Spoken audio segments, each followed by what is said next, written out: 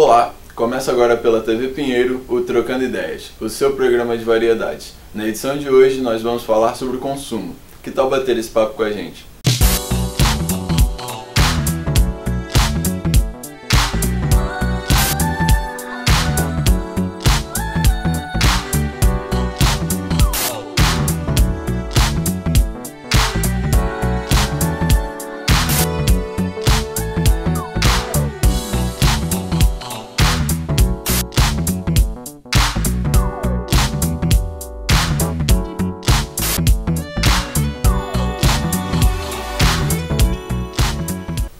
Uma ilha no meio do Oceano Pacífico. O que vem à sua mente? Belas praias, um cenário paradisíaco, provavelmente.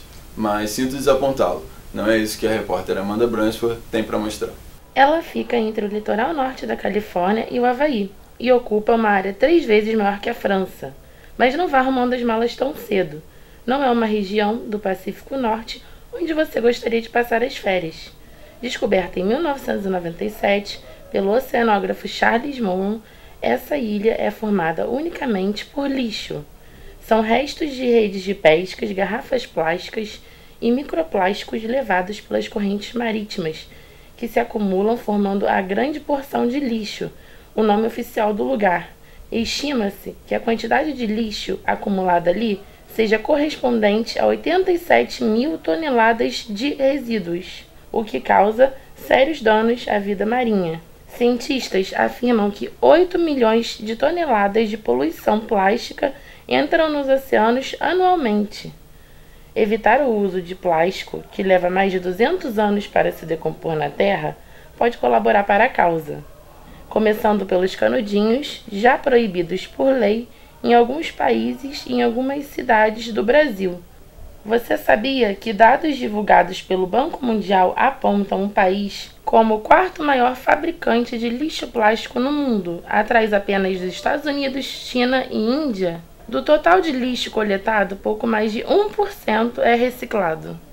O uso de materiais que demoram a se decompor é péssimo para a natureza. Adotar o hábito do consumo consciente pode ajudar a diminuir os impactos na sociedade. Para falar um pouco mais sobre isso, temos aqui hoje a jornalista e socióloga Amanda Siqueira. Seja bem-vinda. Obrigado pela presença. Professora, o consumo consciente ele é sobre economizar dinheiro, economizar nossos recursos como água e energia, ou as duas coisas, ou outras coisas junto?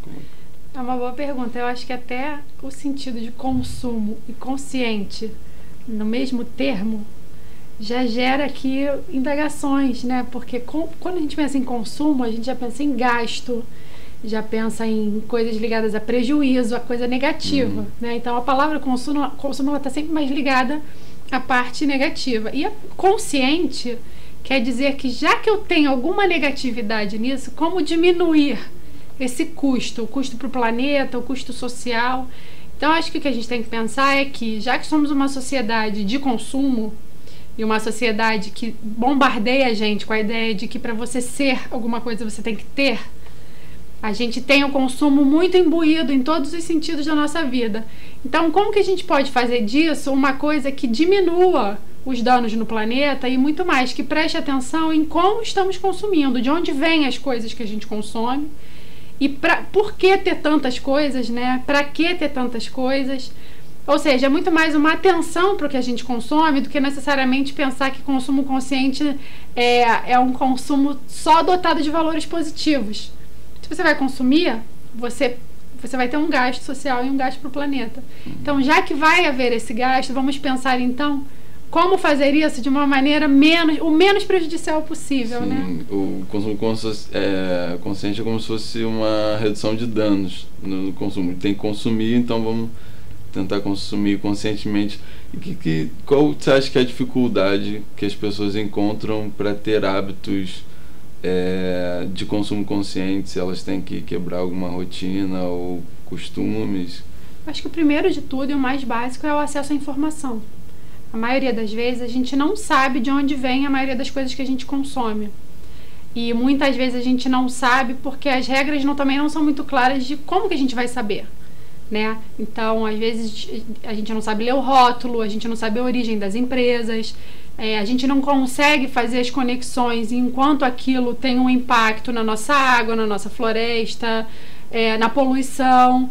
Então, essa conexão entre as causas e consequências do consumo, elas não estão claras porque a gente, infelizmente, ainda não é uma população educada para pensar em quanto que a gente gasta e as consequências. Então, eu acho que o principal e o mais básico é realmente o acesso à informação, a saber como ser consciente.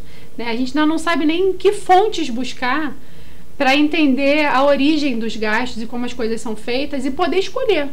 Então, eu acho que se eu pensasse no mais básico é ter a informação para escolher, para poder escolher, né? Essa possibilidade de escolha ela ainda não está aberta para a população de maneira geral, para a gente conseguir pensar e fazer opções, né? Então, muitas coisas a gente consome e não tem nem como parar para pensar porque o acesso à informação é muito restrito de como as coisas são produzidas.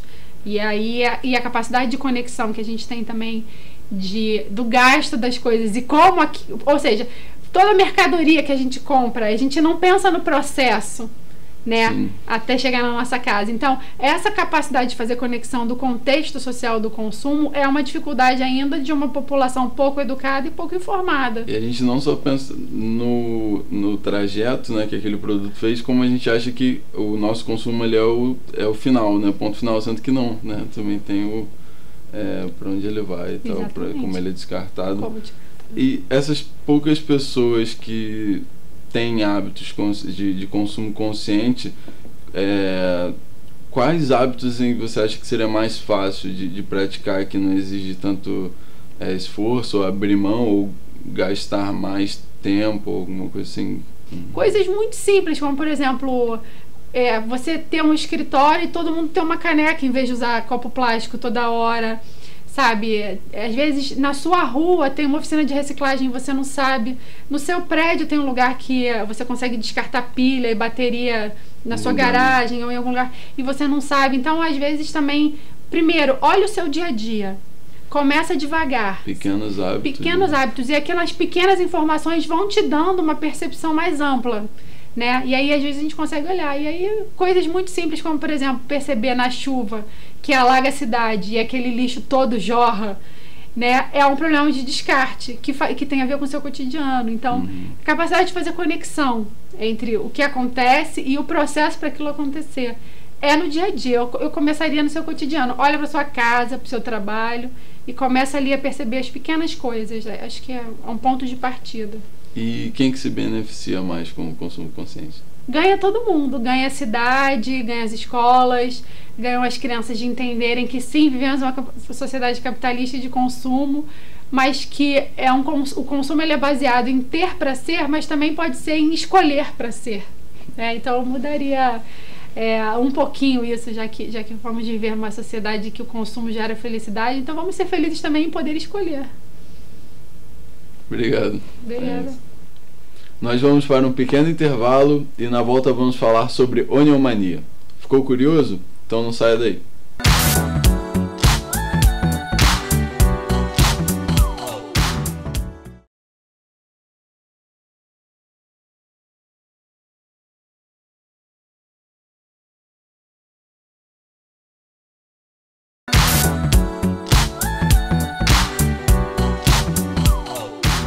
Já ficou bem claro que o consumo desenfreado adoeceu o nosso planeta. Mas como ele nos afeta? Será que também não estamos ficando doentes? Você se considera consumista ou acha que tem controle dos gastos? Gosto de comprar, mas só o necessário. Eu não compro nada que não seja necessário, não. Porque você tem que levar em consideração que há pessoas que você possa ajudar, que não tem a mesma condição de comprar que você. Eu creio que eu tenho controle sobre os meus gastos, até porque a situação que está o país está muito difícil ter gasto excessivo.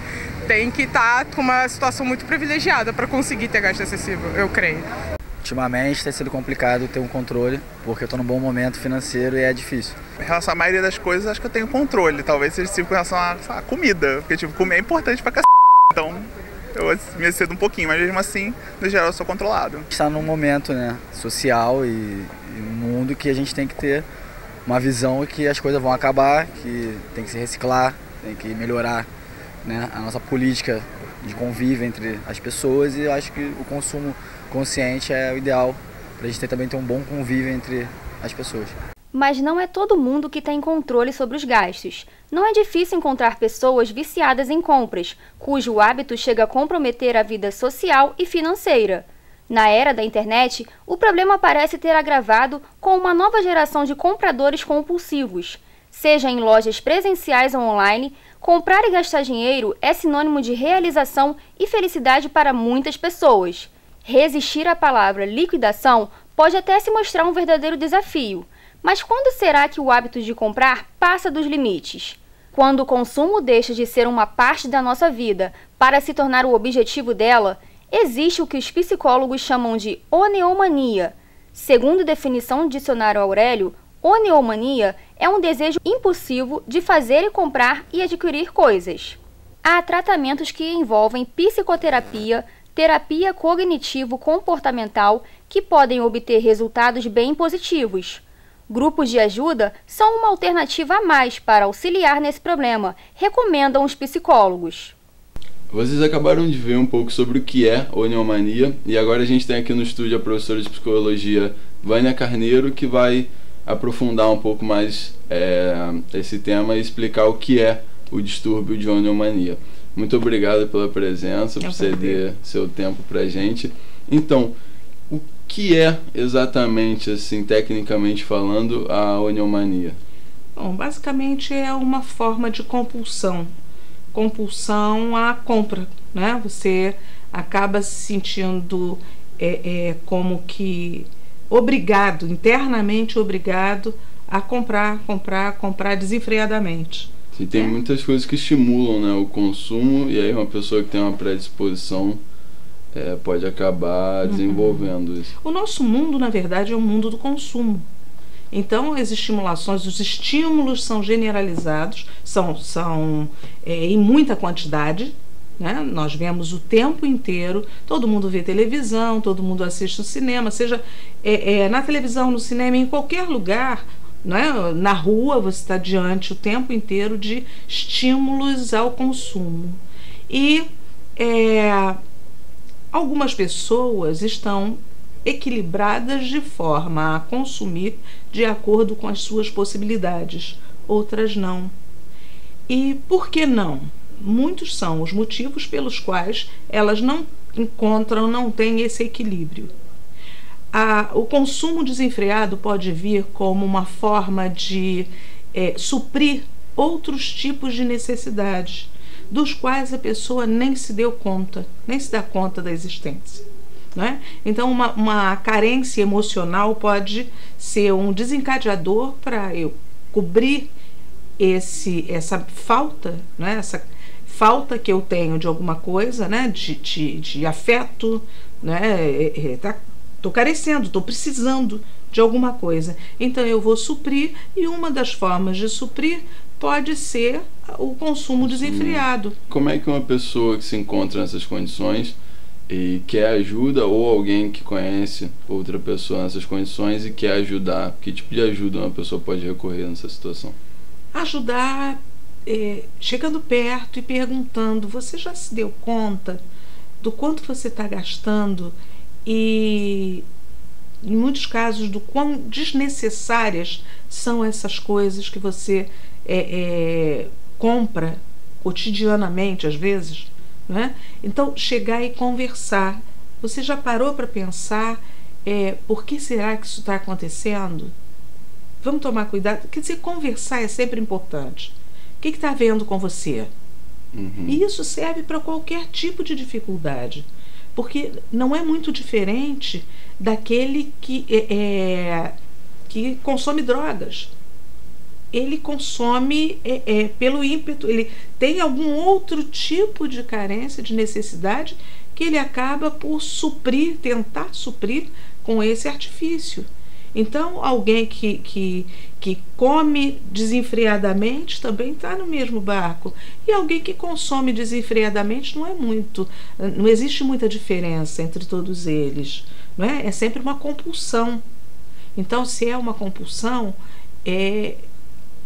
está dentro de quadro patológico. Então pode recorrer à ajuda profissional precisa ter uma busca de um profissional para conversar, ou no mínimo alguém, se não for possível por qualquer motivo, embora nós tenhamos serviços variados de psicologia, no caso, de atendimento psicológico em rede pública, existe também, né? Então, não precisa só você tirar do seu bolso, que já está desguarnecido por conta de tantas compras, você tirar o dinheiro. Você pode recorrer ao serviço público, que em muitos casos é mais difícil, não é? Todo mundo sabe disso, mas há a possibilidade desse recurso.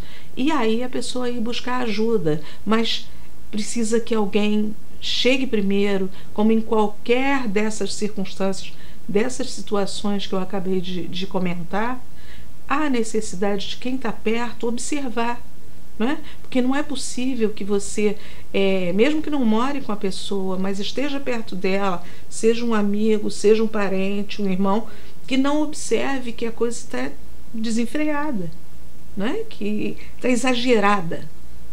E aí chegar e tentar ter uma conversa, que nem sempre vai surtir efeito por conta própria, por não ser um olhar profissional, mas que pode já dar um auxílio, um estímulo para a busca desse profissional que vai dar conta dessa situação.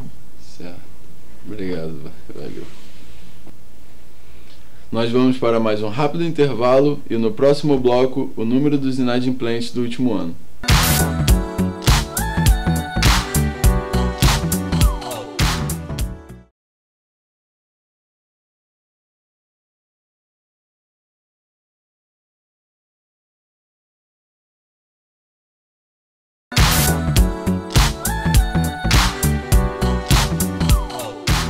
Todo mundo sabe que nem sempre é fácil pagar as contas em dia. Dados apontam que o brasileiro tem batido recorde de inadimplência. Quem mostra pra gente é a repórter Karen Nascimento. O número de brasileiros com contas atrasadas subiu. 62 milhões de brasileiros estão endividados, o equivalente a 41% da população adulta do país. De acordo com a Confederação Nacional de Dirigentes Lojistas e com dados do SPC, a inadimplência de brasileiros avançou 4,41% em 2018. É a maior alta desde 2012, quando o crescente registrado foi de 6,8%. De acordo com o presidente da CNDL, José César da Costa, a reversão desse quadro exige um esforço contínuo de educação sobre o consumo. Karen Nascimento para o Trocando Ideias. Nossa última entrevista da noite é com a doutora em antropologia Shirley Torquato. Seja bem-vindo. Obrigada pelo convite. Pela presença. É sempre um prazer estar aqui com vocês. Conta pra gente como é que foi a sua pesquisa em relação ao consumo. Bem, eu já estou ligada a um grupo chamado Núcleo de Estudos da Modernidade, da UF, um programa de pós-graduação em antropologia, que é um grupo que é um núcleo de pesquisa que estuda muito sobre a questão do consumo. Então, desde 2003, eu tô ligada a esse grupo e participando de pesquisas que, de uma forma ou de outra, possuem o tema do consumo como grande norteador para a gente pensar a realidade. Mas no meu trabalho de doutorado, eu desenvolvi uma pesquisa sobre o consumo popular e eu tentei analisar como que se deu a mudança do padrão de consumo de famílias que saíram da favela, né, no caso a favela do Preventório, que fica em Niterói, para apartamentos que foram construídos no âmbito do Programa de Aceleração do Crescimento, o PAC. Então, na verdade, esse projeto foi o PAC Favelas, que contemplou moradores que, por algum motivo, né, ou viviam em áreas de risco, de acidentes na favela, ou que haviam perdido suas casas durante as chuvas de verão. Então, eu acompanhei o processo de mudança de vários moradores e busquei entender como se deu essa transição. Será que a espacialidade, será que a nova casa, ela trouxe também uma nova forma de consumir? Então, tinham dois pontos que foram muito relevantes para pensar isso. Primeiro, que os apartamentos, eles não foram doados, eles não foram trabalhados a partir desse referencial. Eles foram trocados. né? Então, os moradores saíram das suas casas na favela, mesmo aquelas que estavam num estado de precariedade muito grande, e foram para os apartamentos. Só que nos apartamentos você precisava pagar contas regulares, né? E essas de serviços que não eram regularizados na favela, como conta de eletricidade, conta de água, esgoto, condomínio. Então tudo isso foi somado à nova rotina de gastos e de consumo desses moradores. Então isso foi visto de uma forma positiva, mais ou menos, né? Até porque existiam famílias que eram muito pobres, famílias que estavam abaixo da linha da pobreza, que recebiam benefícios como Bolsa Família. Então você coloca aí mais uns R$100 por mês, faz uma diferença muito grande. Paralelamente a essas despesas que foram incorporadas, né, na rotina dessas famílias, existia também um imenso desejo de consumir coisas, bens domésticos, como lavadora de roupas, sofá, geladeira, armários de cozinha, e toda a questão estética que envolve a questão da casa. Porque consumo não é só adquirir bens, né? Aí é que tá, a gente vai pensar as diferentes variações do consumo, porque o consumo ele não está relacionado apenas à funcionalidade que os bens possuem. Por exemplo, você compra um sofá porque você quer sentar e ver a novela, você compra uma cama para dormir. Não, os objetos, os bens, eles não têm apenas essa funcionalidade imediata, né? Os bens eles também têm toda uma relação com o prazer, né? Porque consumir é bom. Então, aos poucos a gente vai pensando que esses moradores eles despertaram também para essa atividade do consumo. Não existia no contrato que eles assinaram que eles tinham que mobiliar a casa, que eles não poderiam trazer nada, né? Que eles já possuíam nas suas casas antigas, mas eles quiseram começar uma vida nova. Então a gente vai vendo aos poucos e reforçando o fato de que as necessidades elas são construídas socialmente, sobretudo quando a gente fala da posse de determinados bens.